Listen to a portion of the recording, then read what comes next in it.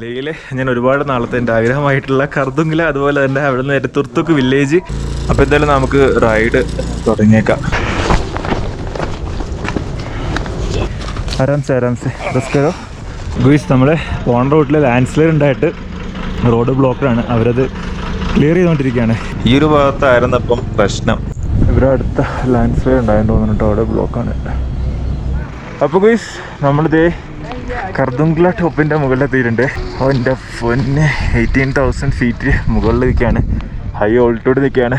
കൈയൊക്കെ ഭയങ്കരമായിട്ട് ഇതാവുന്നുണ്ട്. ഓക്സിജൻ കുറവാണ്, ഭയങ്കരമായിട്ട് ബ്രീത്തിങ് ഡിഫിക്കൽറ്റി ഉണ്ട്. പക്ഷെ നമ്മൾ കയറി. എനിക്കിപ്പോൾ എത്രത്തോളം സന്തോഷമുണ്ടെന്ന് എനിക്ക് പറഞ്ഞറിയിക്കാൻ പറ്റില്ല കേട്ടോ. കാരണം സ്കൂട്ടറും കൊണ്ട് പറ്റൂല, അല്ലെങ്കിൽ സ്കൂട്ടറും കൊണ്ട് ഇതൊന്നും നടക്കൂലെന്നൊക്കെ എന്നോട് പറഞ്ഞ ആളുകളുണ്ട്. നടക്കും ഗുയിസ്, നമ്മുടെ മൈൻഡ് സെറ്റ് ഉണ്ടെങ്കിൽ എല്ലാം നടക്കും. ഇതാണ് ആ ഒരു കർദുങ്കില ടോപ്പിൻ്റെ ഇവിടെ നിന്നുള്ളൊരു വ്യൂ കേട്ടോ. നമ്മൾ ഇവിടെ വരെ കയറി. ഇതിൻ്റെ ആ ഒരു എല്ലാവരും വന്ന് ഫോട്ടോ എടുക്കുന്ന ഒരു ബോർഡ് ഉണ്ടല്ലോ, അവിടെയാണ്. ഓൾട്ടിറ്റ്യൂഡ് 17,982 ഫീറ്റ്, 18,000 ഫീറ്റ് മുകളിൽ. ഇവിടുത്തെ നോക്കിക്കേ, ഒരു കർദുങ്കില ടോപ്പിൻ്റെ എല്ലാവരും ഫോട്ടോ എടുക്കുന്ന ആ ഒരു സ്പോട്ട്. അവിടെ നിന്ന് ഞാനും 2 പിക്കൊക്കെ എടുത്ത്. അപ്പോൾ തന്നെ എനിക്ക് സംസാരിച്ചിട്ട് ബ്രീത്ത് കിട്ടുന്നില്ല. അങ്ങനെ നമ്മളുടെ കർദുങ്കില സക്സസ്. നോക്ക് സുഹൃത്തുക്കളെ, ഒരു KL41 വണ്ടി ലഡാക്കിലെ, അതും കർദുങ്കില ടോപ്പിലെ 18,000 ഫീറ്റിന് മുകളിൽ ഒരു KL41 ആലോ രജിസ്ട്രേഷൻ വണ്ടി, ഒരു പാവം സ്കൂട്ടർ. ഭയങ്കര സന്തോഷമാണ്. എന്താ പറയുക, ഒന്നും പറയാനില്ല. അപ്പോൾ ഗുയിസ്, നമ്മൾ വണ്ടി ഓടിക്കുന്ന വഴി നോക്കിക്കേ, എൻ്റെ പൊന്നെ രക്ഷയില്ലാത്ത റൂട്ടാണ് കേട്ടോ. നമ്മളെ പാസ് കഴിഞ്ഞ പിന്നെ ഇങ്ങോട്ടേക്കുള്ള ഭാഗങ്ങൾ മൊത്തം മഞ്ഞാണ്. മഞ്ഞ് മാത്രമല്ല. ഓ, ഇത്ര മഞ്ഞൊക്കെ ഞാൻ ഒരുമിച്ച് കണ്ടിട്ടേ ഇല്ലെന്ന് തോന്നുന്നു ലൈഫിൽ. നമ്മൾ സോജില പാസ് കയറിയ സമയത്തും ഇതേപോലെ തന്നെ ആയിരുന്നു മഞ്ഞ്. ഇതൊന്നും സോജിലയിൽ കണ്ടതിനേക്കാളും കൂടുതൽ മഞ്ഞ് ഇവിടെ ഉണ്ടെന്ന് തോന്നുന്നു. ഓൾട്ടിറ്റ്യൂഡിൻ്റെ ഡിഫറൻസും ഉണ്ട്. സോജില അറൗണ്ട് ഒരു 11,000-12,000 ഫീറ്റ് ആ ഒരു റേഞ്ചിലാണ് നിൽക്കുന്നത്. നമ്മളിപ്പോൾ കർദുങ്കിലയിൽ നിൽക്കുന്നത് 18,000 ഫീറ്റിനടുത്ത് പൊക്കത്തിലാണ്. 17,900 സംതിങ് എന്തോ ആണ് ഇതിൻ്റെ പൊക്കം എന്ന് പറയുന്നത്. ഈ കർദുങ്കില പാസിനെ പറ്റിയിട്ടൊരു തെറ്റിദ്ധാരണയുണ്ട്. ലോകത്തിലെ ഏറ്റവും ഉയരം കൂടിയ മോട്ടറബിൾ റോഡ് കർദുങ്കിലാണെന്ന് പറഞ്ഞിട്ടൊരു തെറ്റിദ്ധാരണയുണ്ട്. നമ്മൾ മലയാളികൾ തന്നെ ഉണ്ടാക്കിയ തെറ്റിദ്ധാരണയാണ്. കാരണം അവിടുത്തെ ആ ഒരു എന്താ പറയുക, ബോർഡ് കാര്യങ്ങളൊക്കെ വെച്ചേക്കുന്നതൊക്കെ പഴയതാണ്. അപ്പോൾ അതിനുശേഷം ഒരുപാട് റോഡുകൾ വന്ന് കർദുങ്കില പാസിൻ്റെ ഇപ്പോൾ നിലവിൽ ലോകത്തിലെ ഏറ്റവും ഉയരം കൂടിയ മോട്ടറബിൾ പാസ് ഉംലിംഗിലെയാണ്. അതും നമ്മുടെ ഇന്ത്യയിൽ തന്നെയാണ്. നമ്മുടെ ഹാൻഡ്ലേ എന്ന് പറഞ്ഞ സ്ഥലത്തിനടുത്ത്, അവിടുന്ന് തന്നെ പോകണം. അപ്പോൾ ഉംലിംഗിൽ കഴിഞ്ഞ് പിന്നെയും കുറേ പാസുകളുണ്ട്. അതെല്ലാം കഴിഞ്ഞ് 11ാമത്തെ സ്ഥാനമാണ് കർദുങ്കിലേക്കുള്ളത്. സോ 11ാം സ്ഥാനത്തുള്ള ഒരു പാസ്സാണ് നമ്മൾ ഏറ്റവും ഉയരം കൂടിയെന്ന് വിചാരിച്ചുകൊണ്ടിരിക്കുന്നത്. ആക്ച്വലി അതിൻ്റെ മുമ്പിലൊരു 10 പാസ് വേറെ ഉണ്ട്. ഏറ്റവും ഉയരം കൂടിയത് ഉംലിംഗിലാണ്. ഉംലിംഗില 19,000 ഫീറ്റ് പൊക്കത്തിലാണ്. ഉംലിംഗിൽ കഴിഞ്ഞാൽ പിന്നെ എനിക്ക് തോന്നുന്നത് ബൊളീവിയയിലോ എന്തൊക്കെയുള്ള റോഡുകളുണ്ട്. വേറെ പുറത്തുള്ള 2-3 റോഡുകളുണ്ട്. പിന്നെ ഉത്തരാഖണ്ഡിലൊരു എന്താ പറയുക, മനാ പാസ്, ഡുംഗ്രിയില അങ്ങനത്തെ പറഞ്ഞിട്ടൊരു പാസ് ഉണ്ട്. അത് ഏകദേശം ഒരു 18,400 ഫീറ്റ് ആ ഒരു റേഞ്ച് അത്രയൊക്കെ പൊക്കത്തിലാണ്. പിന്നെ ലഡാക്കിൽ തന്നെ പിന്നെയും കർദുങ്കിലിനേക്കാളും പൊക്കമുള്ള പാസുകൾ ലഡാക്കിലുണ്ട്. മർസിമെക്ല പാസ് ഉണ്ട്, പിന്നെ ഫോർട്ടില പാസ് ഉണ്ട്, കക്സംഗ്ല പാസ് ഉണ്ട്, ചാംഗ്ല പാസ് ഉണ്ട്. പാസുകൾ കുറേ ഉണ്ട് നമ്മുടെ കർദുങ്കിലിനേക്കാളും മുകളിലുള്ളത്. കർദുങ്കിലൊക്കെയാണ് ഏറ്റവും കൂടുതൽ പോപ്പുലാരിറ്റി ഇട്ടേക്കുന്നത്, അതിലൊരു സംശയമില്ല. ഏറ്റവും അധികം റൈഡേഴ്സ് വരുന്നതും ഏറ്റവും അധികം ആളുകൾ, ടൂറിസ്റ്റുകൾ വരുന്നവർ കർദുങ്കിലാണ്. ബാക്കി പാസുകൾക്കൊന്നും അത്രയും വേണ്ടത്ര പരിഗണന കിട്ടിയിട്ടില്ല, അതെനിക്ക് തോന്നുന്നത്. പക്ഷെ കർദുങ്കില തീർച്ചയായിട്ടും ഒരു വേറിട്ട എക്സ്പീരിയൻസ് തന്നെയാണ്. കർദുങ്കില അടിപൊളിയാണ്. നമ്മളെന്തായാലും ഉംലിംഗിലെയും ഫോർട്ടിലെയൊക്കെ പോകാനുള്ള പ്ലാനൊക്കെ ഉണ്ട്. എല്ലാം നമുക്ക് നോക്കാം. എന്ത് ലുക്കാണല്ലേ റോഡൊക്കെ, എന്ത് വൈബാണ് വണ്ടി ഓടിക്കാനായിട്ട്. ഒരു രക്ഷയില്ല. ഒരു സൈഡിൽ മഞ്ഞ് മൂടിയ മലകളും കാര്യങ്ങളും, ഒരു സൈഡിലല്ല 2 സൈഡിലും നല്ല തണുപ്പുണ്ട്. ഞാൻ തണുപ്പ് നോക്കിയിട്ട് -ആണ് ഇപ്പം. നമ്മളിപ്പോൾ ആ ഒരു കർദുങ്കില പാസിൻ്റെ ഭാഗം കഴിഞ്ഞ് താഴേക്ക് ഇങ്ങനെ പൊക്കോണ്ടിരിക്കുകയാണ്. അതനുസരിച്ച് തണുപ്പിൻ്റെ ആ ഒരു ഇത് കുറയുന്നുണ്ട്. പിന്നെ നമ്മൾ ഇത്ര ഓൾട്ടിറ്റ്യൂഡ് നിൽക്കുന്നതുകൊണ്ട് തന്നെ പെട്ടെന്ന് എന്താ പറയുക, ക്ഷീണിക്കും. നമ്മളിപ്പോൾ വണ്ടി നിർത്തിയിട്ട് ഒരു 2 മിനിറ്റ് നടക്കുകയാണെങ്കിൽ അപ്പം തന്നെ നമ്മൾ ബ്രീത്തിങ് ഇഷ്യൂസ് വരും. ഭയങ്കരമായിട്ട് നമ്മൾ ടയേർഡാവും പെട്ടെന്ന്. ഇപ്പം നമ്മൾ ആ ഒരു ലേയിൽ വരുന്ന ആളുകൾ ജനറലി പറയാറുണ്ട്, ലേയിൽ വന്നിട്ട് ഒരു 1-2 ദിവസം ലേയിൽ നിന്ന് ക്ലൈമറ്റായിട്ട് സെറ്റായിട്ട് മാത്രമേ പിന്നെ ലഡാക്കിലത്തെ ബാക്കി സ്ഥലങ്ങളിൽ പോകാവുള്ളൂ എന്ന് പറയാറുണ്ട്. കാരണം മിക്കവാറും ആളുകൾക്ക് ഫ്ലൈറ്റ് എടുത്തിട്ടൊക്കെ ആയിരിക്കും വരുന്നത്. ഇപ്പോൾ നാട്ടിൽ നിന്നൊക്കെ ഫ്ലൈറ്റ് എടുത്തിട്ട് നേരെ വരുന്നത് ലേ സിറ്റിയിലേക്കാണ്. ലേ എന്ന് പറയുന്നത് തന്നെ ആ ഒരു സിറ്റി തന്നെ ഓൾറെഡി നല്ല ഹൈ ഓൾട്ടിറ്റ്യൂഡ് നിൽക്കുന്ന ഒരു സ്ഥലമാണ്. അങ്ങനെ വരുന്നവർക്ക് ഈ പറഞ്ഞ പോലെ ക്ലൈമറ്റിൻ്റെ ബുദ്ധിമുട്ടുകൾ ഉണ്ടാവും, ബ്രീത്തിങ് ഇഷ്യൂസ് വരും. ചില ആളുകൾക്ക് ചെറിയ ചെറിയ ഇഷ്യൂസ് ഉണ്ടാവുള്ളൂ, ചില ആൾക്ക് അത് ഭയങ്കര വലുതായിട്ട് തന്നെ ഉണ്ടാവും. അപ്പോൾ അതുകൊണ്ടാണ് ആ ഒരു ക്ലൈമറ്റുമായിട്ട് അഡാപ്റ്റ് ആവാൻ വേണ്ടിയിട്ട് 2 ദിവസം ലേ സിറ്റിയിൽ നിൽക്കുക, സിറ്റിയൊക്കെ എക്സ്പ്ലോർ ചെയ്യുക അങ്ങനെ പറയുന്നത്. ഇത്രയും ഹൈ ഓൾട്ടിറ്റ്യൂഡ് നിൽക്കുന്നതുകൊണ്ട് തന്നെ ഓക്സിജനൊക്കെ ഭയങ്കര കുറവാണ്. ഇപ്പോൾ നമ്മൾ ഓടുകയോ അല്ലെങ്കിൽ എന്തെങ്കിലുമൊക്കെ വെയിറ്റ് എടുക്കുകയൊക്കെ ചെയ്ത് കഴിഞ്ഞാൽ നമ്മൾ പെട്ടെന്ന് ഭയങ്കര ടയർഡ് ഫീലിംഗ് വരും. ഒരു പട്ടി കയറി പോകുന്നുണ്ട് മേളിലേക്ക്. ഇവനിത് എങ്ങോട്ട് പോകണാവോ? ഈ പാസ്സൊക്കെ നടന്ന് ഇനി എപ്പോഴത്തേനാണ് പുള്ളിക്കാരൻ ലേയിലേക്ക് പോകാൻ തോന്നുന്നത്. റോഡാണ് മോനെ, റോഡ് രക്ഷയില്ല. ഈ മഞ്ഞുള്ളതുകൊണ്ടാണ് ഈ റോഡിന് ഇത്രയും ഭംഗി എനിക്ക് തോന്നുന്നത്, അല്ലെങ്കിൽ ഇത്രയും ഭംഗി ഉണ്ടാവില്ല. ഇതൊക്കെ വിന്റർ സമയത്ത് ഈ റോഡേ കാണാൻ പറ്റൂല, അത്രയും മഞ്ഞായിരിക്കുള്ളൂ. നമ്മൾ വന്നേക്കുന്ന ടൈമൊക്കെ ഒരു സീസൺ ടൈം തുടങ്ങുന്ന ടൈം ആയതുകൊണ്ടാണ് ഇങ്ങനെ റോഡൊക്കെ ഇങ്ങനെ കിട്ടിയേക്കുന്നത്. നമ്മൾ അവിടുന്ന് ഫുഡൊക്കെ കഴിച്ചിട്ട് ഇറങ്ങിയത്. അപ്പം ഇനിയിപ്പം അടുത്ത ടൗൺ എവിടെയാണ് വരുന്നത്? കർദുങ് ടൗൺ ഉണ്ടാവും, കർദുങ്ങിലൊരു ടൗൺ ഉണ്ടാവും. അപ്പം പറ്റുകയാണെങ്കിൽ അവിടെ നിന്ന് എന്തെങ്കിലും നമുക്ക് കഴിക്കോ അല്ലെങ്കിൽ ഒരു ചായ കുടിക്കോ എന്തെങ്കിലും ചെയ്യണം. എന്തെങ്കിലും ഒരു ചെറിയ ഇൻപുട്ട് അകത്തേക്ക് കൊടുക്കണം. വിശക്കുന്നുണ്ട്. നമ്മളിവിടെ യാത്രക്കിടയിൽ കണ്ടുമുട്ടിയ ഒരു ആളാണ് കേട്ടോ, ദുബായിൽ നിന്ന് വന്നതാണ്. What's name? ഒവി. ആള് വന്നേക്കുന്നത് സൈക്കിളിലാണ് സുഹൃത്തുക്കളെ. നോക്കിക്കേ, ഒരു സൈക്കിൾ കൊണ്ട് ഈ ഇത്രയും വലിയ ഹൈ ഓൾട്ടിറ്റ്യൂഡൊക്കെ ആള് കയറി. എന്തായാലും nice to meet you brother and all the best. അതേപോലെ ഇദ്ദേഹം ഇവിടെ തന്നെ ഉള്ള ആളാണ്. What's name? Pathang. He's from Nepal actually. Okay, നമുക്ക് എന്തായാലും പോയേക്കാം. അപ്പോൾ സുഹൃത്തുക്കളെ, നമ്മൾ കർദുങ് ബസ് കയറിയിട്ട് കർദുങ് എന്ന് പറഞ്ഞൊരു സ്ഥലത്തെത്തിയിട്ടുണ്ട്. ഇവിടെ ഞാൻ വണ്ടി സൈഡാക്കിയാണ് കേട്ടോ. നല്ല തണുപ്പുണ്ട്, നട്ടുച്ചയ്ക്ക് നിന്നിട്ട് പോലും നല്ല തണുപ്പുണ്ട്. എൻ്റെ കൈക്ക് വിറയ്ക്കുന്നുണ്ട്. കാരണം ഈ ഒരു ടൗൺ നിൽക്കുന്നത് 15,000 ഫീറ്റ് മുകളിലാണ്. ഓൾട്ടിറ്റ്യൂഡ്, നല്ല ഹൈ ഓൾട്ടിറ്റ്യൂഡ് സ്ഥലത്താണ് നിൽക്കുന്നത്. ഞാനപ്പോൾ ഇവിടെ ഒരു സൈഡിലൊരു ചെറിയ കട കണ്ടപ്പം വണ്ടി സൈഡാക്കിയിട്ട് ഞാൻ ഒരു ചായ പറഞ്ഞേ. കൈ വിറയ്ക്കാണ്, ഭയങ്കരമായിട്ട് വിറയ്ക്കുന്നത്. ഇവിടെയൊക്കെ എന്താ വെച്ചാലും വില കൂടുതലായിരിക്കും, പക്ഷേ വേറെ വഴിയില്ല. ഇനി ഇവിടുത്തെ ഈ ഒരു ടൗണിലത്തെ ആളുകളുടെയൊക്കെ ഉപജീവന മാർഗം എന്ന് പറയുന്നത് ടൂറിസ്റ്റുകൾ തന്നെയാണ് മെയിനായിട്ട്. ഒരു ചായയും പറഞ്ഞിട്ടുണ്ടായിരുന്നു, അതുപോലെ തന്നെ ഒരു വെജ് മാഗി പറഞ്ഞിട്ടുണ്ട്. ഇതിന് 70 രൂപയുണ്ട് ഇതിന്. എന്നാലും കഴിക്കട്ടെ.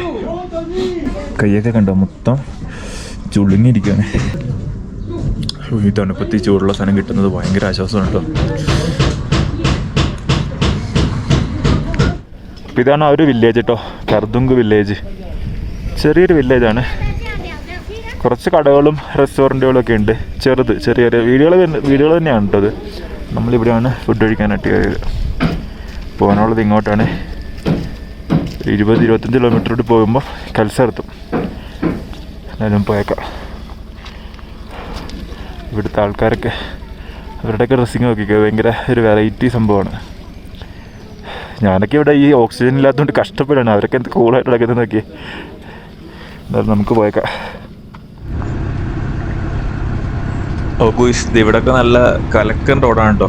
അപ്പോൾ നമ്മൾ ഇത്രയും നേരം വണ്ടി ഓടിച്ചിട്ട് ആദ്യമായിട്ടാണ് ഇത്രയും ഭംഗിയുള്ള റോഡ് കാണുന്നത്. ഇത് റോഡ് രക്ഷയില്ല, പൊളി റോഡ്. ഇതിനിപ്പോൾ എത്ര ദൂരം ഇങ്ങനെ ഉണ്ടെന്ന് പറയാൻ പറ്റില്ല, കുറച്ച് ദൂരം ഉണ്ടാവും ഇങ്ങനെ. റോഡ് ഇതുപോലെ അങ്ങ് അറ്റം വരെ കിടക്കുകയാണെങ്കിൽ ഓടിക്കാൻ ഭയങ്കര എളുപ്പമായിരുന്നു. നമുക്ക് 2 മണിക്കൂർ കൊണ്ട് നമുക്ക് ഡിസ്കറ്റിലെത്താൻ പറ്റിയേനെ. പക്ഷേ ഇത് കുറച്ച് ദൂരം ഉണ്ടാവുള്ളൂ. അധികം ദൂരം എന്തായാലും ഈ റോഡ് ഇങ്ങനെ ഉണ്ടാവില്ല. പക്ഷെ നല്ല രസമാണ് റോഡ്. ഇപ്പോൾ ഈ ഇടയ്ക്ക് പണിതായിരിക്കുള്ളൂ. ഇപ്പം ടാർ ചെയ്ത് കഴിഞ്ഞാൽ റോഡെന്ന് തോന്നുന്നു നല്ല നല്ല പുത്തൻ റോഡ് എടുക്കുന്നത്. എച്ചാതി വ്യൂ ആണല്ലേ, എന്ത് ഭംഗിയാന്ന് നോക്കി. റോഡ് രക്ഷയില്ലാത്ത ഭംഗിയാണ്. എനിക്ക് വീഡിയോ കാണുമ്പോഴത്തേക്ക് ഇതിൻ്റെ എത്രത്തോളം ഈ ഒരു വൈബ് ഫീൽ ചെയ്യാൻ പറ്റുന്നുണ്ടെന്ന് അറിഞ്ഞൂടാ. പക്ഷെ അത് ഇവിടെ വന്ന് ഓടിക്കുന്ന ആളുകൾക്ക് ആ ഒരു വൈബ് ഭയങ്കരമായിട്ട് എക്സ്പീരിയൻസ് ചെയ്യാൻ പറ്റും. എനിക്ക് തോന്നുന്നു കാറിലൊന്നും പോയാൽ ആ ഒരു വൈബ് കിട്ടില്ല. നമ്മൾ ബൈക്കിൽ അല്ലെങ്കിൽ 2 വീലർ തന്നെ പോയാൽ ആ ഒരു പൊടിയൊക്കെ അടിച്ച് ആ ഒരു കാറ്റൊക്കെ കൊണ്ട് ആ ഒരു തണുപ്പൊക്കെ ഫീൽ ചെയ്ത് വണ്ടി ഓടിക്കാൻ പറ്റില്ല. കാരണത്തൊക്കെ ഇരിക്കുമ്പോൾ നമ്മൾ ഫുള്ള് ക്ലോസ്ഡ് ആയിട്ട് ഇരിക്കുകയാണ്. നമ്മൾ അതിൻ്റെ ഉള്ളിൽ സേഫാണ്, സെക്യൂറാണ്. ഇതാകുമ്പം ഫുള്ള് പൊടിയും വെയിലും ഒക്കെ എക്സ്പോസ്ഡ് ആണ്. നമ്മൾ രസമാണ്, ആ ഒരു റൈഡിങ്ങിൻ്റെ ഫീൽ കിട്ടും. ലെഫ്റ്റ് സൈഡിൽ പാറയൊക്കെ വീണ് നടക്കുന്ന നോക്കിക്കേ. അത് എപ്പോഴെല്ലാം കൂടി ഉരുണ്ട് വരുന്നതെന്ന് പറയാൻ പറ്റില്ല. റോഡ് ഉടനെ തന്നെ വീണ്ടും നമ്മൾ ഓഫ് റോഡിലേക്ക് എത്തും. അത് തന്നെയാണ് എനിക്ക് തോന്നുന്നത്. അപ്പോൾ ഈ റൂട്ടിൽ നമുക്ക് ഒരുപാട് സ്പീഡിൽ പോകുന്നത് ഇച്ചിരി റിസ്ക് ആണ്, പക്ഷേ നല്ല രസമുണ്ട് വണ്ടി ഓടിക്കാനായിട്ട്. വളവാണല്ലോ. എനിക്ക് റോഡ് ഭയങ്കര ഇഷ്ടപ്പെട്ടു കേട്ടോ. ഈ ഒരു വളവും തിരിവൊക്കെ നല്ല രസമുണ്ട്. ഒരു ഫുൾ എൻ്റർടൈൻമെൻ്റ് ആണ്. ഫ്രണ്ടിലുള്ള ഈ ലോറിക്കാരനെ ഞാൻ എങ്ങനെ ക്രോസ് ചെയ്യുമെന്നുള്ളതാണ്. ചില ലോറികളൊക്കെ കുറേ നേരം നമ്മൾ ബാക്കിൽ കിടക്കുന്ന സമയത്ത് അവർ സൈഡ് തരും. ഈ പോണവൻ സൈഡ് തരാൻ സാധ്യതയൊന്നുമില്ല കണ്ടിട്ട്. അവനും സ്പീഡിലാണ് പോകുന്നത്. ഇവൻ്റെ ബാക്കിൽ പോയി കഴിഞ്ഞാലേ പൊടി മൊത്തം അടിച്ച് കയറും നമ്മുടെ മേത്തേക്ക്. ആശാനൊന്ന് സ്ലോ ചെയ്യണമില്ലല്ലോ ഒന്ന് കയറി പോകാനായിട്ട്. ചേട്ടാ കയറ്റിവിടൂ, ചേട്ടാ കയറ്റിവിടൂ. മച്ചാൻ സൈഡ് കയറാനല്ലോ കേട്ടോ, ഒരു രക്ഷയില്ല. റോഡിന് വലിപ്പം കുറവാണ് കയറി പോകാനായിട്ട്. ഇവനെ അയാൾ സൈഡ് വന്നാലും വണ്ടി കയറ്റിക്കൊണ്ട് പോകാൻ ഭയങ്കര പണിയായിരിക്കും.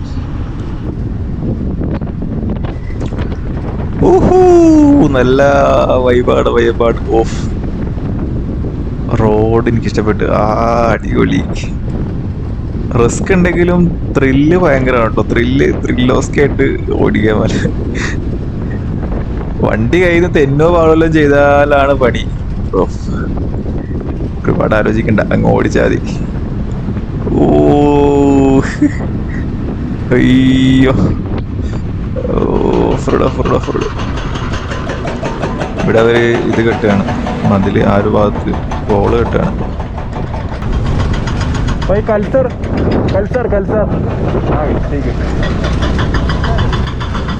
അതിലേക്ക് ഭയങ്കര ഡെപ്താണ്. അപ്പൊ അതുകൊണ്ട് ആ ഒരു റിസ്ക് കുറയ്ക്കാൻ വേണ്ടിയിട്ടാണ്. ഇവിടെ എന്താ പ്രശ്നം? ഇവിടെ കുഴപ്പമൊന്നുമില്ല.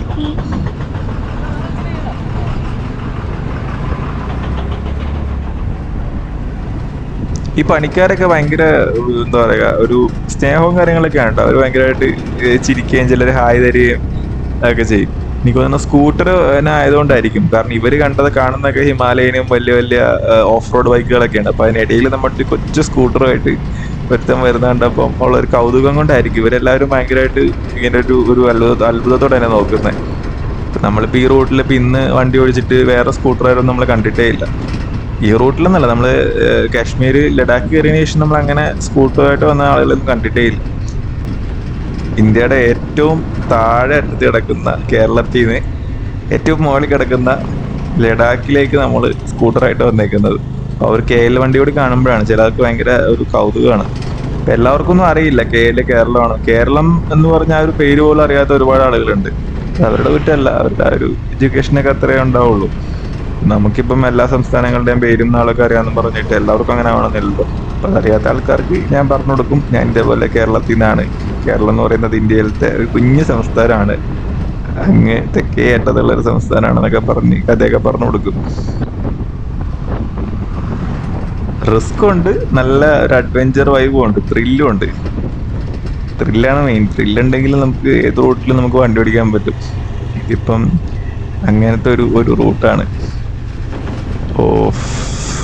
വൈബ് എനിക്ക് റോഡ് ഇഷ്ടപ്പെട്ട്.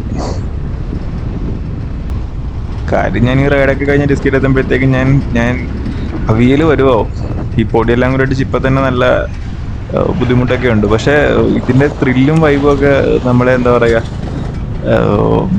മുമ്പോട്ടേക്ക് പോകാനായിട്ടുള്ള ഒരു ഫ്യൂവൽ എന്നൊക്കെ പറയില്ല. പൊടി ഉണ്ടില്ല, ആ ഫ്രണ്ടിലെ കറുകരം പോയതിൻ്റെ പൊടിയാണ്. അപ്പോൾ ഈ പിന്നെയും നല്ല അടിപൊളി റോഡ് വന്നിട്ടുണ്ട്. ഇതല്ല ക്ലീൻ റോഡ്, പൊളി റോഡ്. പക്ഷെ ഇവിടെ ഈ റോക്ക് ഫോളിങ് ഇഷ്യൂസ് കുറച്ചും കൂടി സീനാണ്. കാരണം ലെഫ്റ്റില് ഒരുമാതിരി സ്ലാൻഡ് ചെയ്ത് നിൽക്കുകയാണ് ആ ലെഫ്റ്റ് സൈഡിലേക്കുള്ള മലകൾ മൊത്തം. കല്ലുകൾ വരുന്നുണ്ട്, കല്ലുകളാണ്, ആ വീഴുന്ന കല്ലുകളാണ് ഈ റൈറ്റ് സൈഡ് അറ്റത്തൊക്കെ കിടക്കുന്നത്. ഈ റോഡ് പൊളിയാണ് കേട്ടോ, എനിക്ക് ഇഷ്ടപ്പെട്ടു. ഓപ്പോസിറ്റ് ഇരുന്ന വണ്ടികളുടെ ഇത് മാത്രമേ. ഈ ടാക്സിക്കാർ ചിലവന്മാർക്കൊന്നും വിളിയൊന്നുമില്ല. അവന്മാർ വണ്ടി ഓടിക്കലാണ്ട് കഴിഞ്ഞാൽ തോന്നും റോഡ് ഇവന്മാരുടെ മാത്രമാണ്.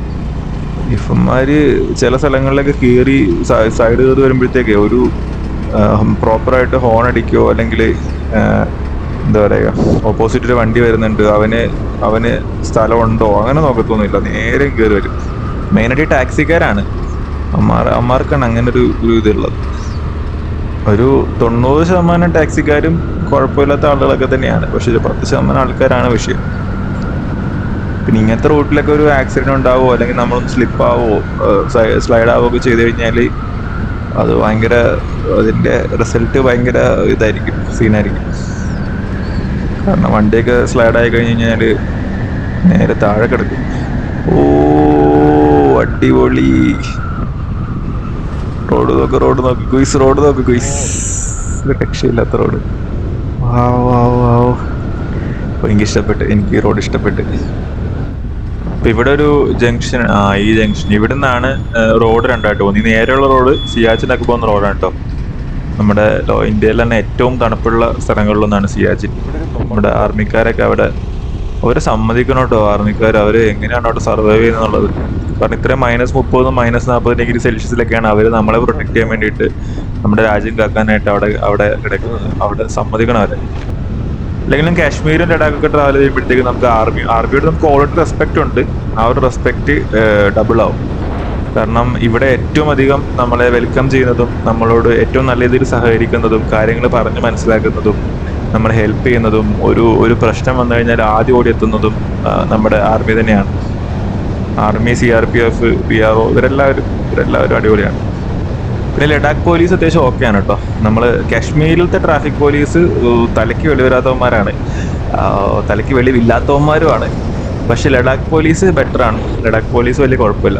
അവർ ജെന്യൂൻ ആയിട്ടുള്ള കാര്യങ്ങൾക്ക് മാത്രമേ നമ്മളെ പിടിച്ച് നിർത്താറുള്ളൂ. പിന്നെ ലഡാക്കിലേക്കൊക്കെ ട്രാവൽ ചെയ്യുന്ന ആളുകൾക്കൊക്കെ എല്ലാവർക്കും പേപ്പേഴ്സും കാര്യങ്ങളെല്ലാം പക്കയായിരിക്കും. മിക്കവാറും ആളുകൾ റെന്റിന് വേണ്ടി എടുത്തിട്ടായിരിക്കും വരുന്നത്. അതിന്റെ പേപ്പേഴ്സൊക്കെ എന്തായാലും പക്കയായിരിക്കും. കാശ്മീർ പോലീസ് ഊടായ്പിന്റെ ഉസ്താദുകളാണ്. ലഡാക്ക് പോലീസിനോട് ഞാൻ ഒരിക്കലും അങ്ങനെ പറയില്ല. ലഡാക്ക് പോലീസ് ബെറ്ററാണ്. ഈ ഒരു റോഡ് നമ്മൾ നേരെ ചെല്ലുന്നത് നുബ്ര വാലി, അതേപോലെ തന്നെ ഡിസ്കിറ്റ്, ഹുണ്ടർ, നമ്മുടെ താങ് വില്ലേജ്, തുർത്തുക്ക്, ഈ സ്ഥലങ്ങളൊക്കെ പോകുന്ന ഈ റോഡാണ്. ഇവിടൊക്കെ റോഡുണ്ട് കേട്ടോ, അത്യാവശ്യം റോഡുണ്ട്. ഇതിപ്പം ഡിസ്കിറ്റ് വേറെ റോഡ് ഉണ്ടാവും എന്നറിയില്ല. ഉണ്ടെങ്കിൽ എളുപ്പമായി. ഒരു 17 കിലോമീറ്റർ ഒക്കെയാണ് ഡിസ്കിറ്റിലേക്കുള്ളത്. നമ്മൾ കാശ്മീർ കയറിയിട്ട് ഒരു 2 ആഴ്ച ഒക്കെ ആയി. ശ്രീനഗർ കയറി, പിന്നെ ലഡാക്ക് ഇവിടം വരെ ട്രാവൽ ചെയ്തു, ലേയിലെത്തി, പിന്നെ ഇപ്പം ഇങ്ങോട്ടേക്ക് റൈഡ് ചെയ്യുന്നു. നമ്മൾ ഇതുവരെ പോയതിൽ ഏറ്റവും ബെസ്റ്റ് ആയിട്ടുള്ള ഒരു സീനിക് ആയിട്ടുള്ള ഒരു റൂട്ട് എന്ന് പറയുന്നത് ഇപ്പം നമ്മളിപ്പോൾ പൊക്കോണ്ടിരിക്കുന്ന റൂട്ട് തന്നെയാണ്. ചില സ്ഥലങ്ങളിൽ കാണുമ്പോഴത്തേക്കുണ്ടല്ലോ നമ്മൾ ഈ ഹോളിവുഡ് മൂവി ലൊക്കേഷനൊക്കെ അതേപോലൊക്കെ തോന്നും. അങ്ങനെ അവിടുന്ന് ഇറങ്ങി വന്നേക്കുന്ന സ്ഥലങ്ങളാണോ തോന്നും. ഡിസ്കിറ്റിലേക്ക് ഇനിയും 12 കിലോമീറ്റർ ഉണ്ട് കേട്ടോ. നമ്മളിവിടെ നല്ല വ്യൂ പോയിന്റ് ഉണ്ട്. ഇപ്പം സൈഡാക്കിയതാണ്. എന്തൊരു ഭംഗിയാണ് നോക്കിക്കേ. എൻ്റെ പൊന്നോ, രക്ഷയില്ലാത്ത ഭംഗി കേട്ടോ. വാവ്. നമുക്കിനി ഇങ്ങനെ മേളിലേക്ക് കയറി പോകണം. ടൈം ഇപ്പോൾ ഓൾറെഡി 5:30 ആയിട്ടുണ്ട്. നമുക്ക് ഒരുപാട് ലേറ്റ് ആകുന്നതിന് മുമ്പ് എന്തായാലും പോയി സ്റ്റേ എടുക്കണം. പോയേക്കാം. പോകുന്ന വഴികളുടെ വാട്ടർഫോളാണ് കേട്ടോ. വെള്ളം വരുന്ന ഇവിടുന്നാണ്.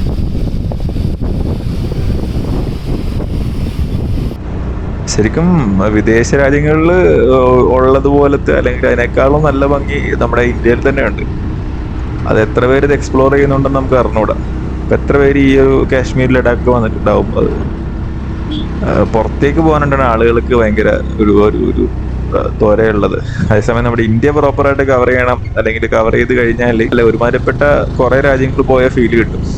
പണ്ട് സന്തോഷ് സാർ പറഞ്ഞിട്ടുണ്ട്, സന്തോഷ് ജോർജ് കുളങ്ങര. അപ്പം അദ്ദേഹം പണ്ട് പറഞ്ഞിട്ടുണ്ട്, ഇന്ത്യ മുഴുവൻ ട്രാവൽ ചെയ്യുകയാണെങ്കിൽ അത് ഒരുപാട് രാജ്യങ്ങൾ സന്ദർശിച്ചതിന് തുല്യമാണെന്ന്. കാരണം നമ്മുടെ ഇവിടെ ഓരോ സംസ്ഥാനങ്ങളുടെയും ഡ്രസ്സുകളാണെങ്കിലും അവരുടെ പെരുമാറ്റ രീതികൾ, അവരുടെ ആചാരങ്ങൾ എല്ലാം ഭയങ്കര ഡിഫറെൻ്റ് ആണ്. അവിടുത്തെ ഭൂപ്രകൃതി എല്ലാം ഭയങ്കര ഡിഫറെൻ്റ് ആണ്. ഓരോ സംസ്ഥാനങ്ങളും എന്താ പറയുക, ഓരോ രാജ്യങ്ങൾ പോലെ വേണമെങ്കിൽ നമുക്ക് കണക്കാക്കാം. ഫുഡൊക്കെ എന്തോരം വ്യത്യസ്തമാണ്. നമ്മുടെ കേരളത്തിലത്തെ നമ്മുടെ ലൈഫ് സ്റ്റൈലും ഫുഡ് കാര്യങ്ങളൊക്കെ ഇവിടെ ലഡാക്കോട്ടൊന്ന് കമ്പയർ ചെയ്ത് നോക്കിക്കുക, ഭയങ്കര ഡിഫറൻസ് ആണ്. അപ്പം അതുകൊണ്ട് തന്നെയാണ് നമ്മൾ ഇന്ത്യ ആദ്യം കവർ ചെയ്യാം, ഇന്ത്യ ആദ്യം കാണാം കണ്ടിട്ട്. ഇനി ഇവിടെ എന്താ അടുത്ത ബ്ലോക്ക്? ഓഹ്, ഇവിടെ എത്ര നേരം ബ്ലോക്ക് കിട്ടോ?